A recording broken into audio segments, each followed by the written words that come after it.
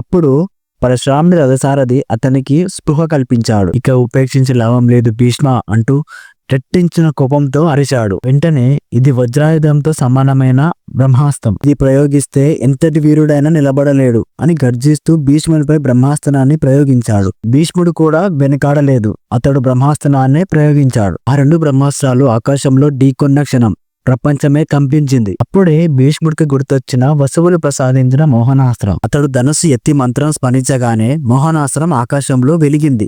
పరశురాముడిపై ప్రయోగించబోతుండగా నారదుడు ప్రత్యక్షమై భీష్మ, గురువుపై అస్త్రం ప్రయోగించడం ధర్మమేనా అని అడిగాడు. ఇప్పుడు భీష్ముడు వినయంగా, నాకు గురుదేవునిపై యుద్ధం చేయాలని ఆశ లేదు, కానీ నాకు ఇంకో మార్గం లేదు అని అన్నాడు. ఇప్పుడే వసువును కూడా ప్రత్యక్షమై పరశురాముడిపై మోహనాస్త్రం వినియోగించకూడదు అని ఆపారు. అప్పుడు నారదుడు పరశురాము దగ్గరకు వెళ్లి, ప్రభు, భీష్ముని వద్ద మోహనాస్త్రం ఉన్నా మీపై గౌరవంతో ప్రయోగించడం లేదు. ఆ రెండు బ్రహ్మాస్త్రాలు ప్రపంచాన్ని నాశనం చేస్తాయి, మీ బ్రహ్మాస్త్రాలని ఉపసంహరించండి అని చెప్పాడు.